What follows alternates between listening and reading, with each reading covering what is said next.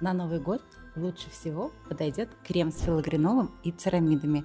Он защищает кожу от негативного воздействия окружающей среды, которая нас настигает в зимнее время ежесекундно. Я бы порекомендовала увлажняющий крем-маска. Я сама ей пользуюсь и очень довольна. Я бы порекомендовала бы как раз сейчас время сыворотку с фиолетовой кислотой и с витамином С. Там витамин С 15%. Как раз на отбеливание идет, на выравнивание тон кожи и сияние. Сияние придает. Мне очень нравится, я сама пользуюсь. Мне больше всего у нас нравится сыворотка Миоконтрол. Если бы мне ее подарили, я была бы очень рада.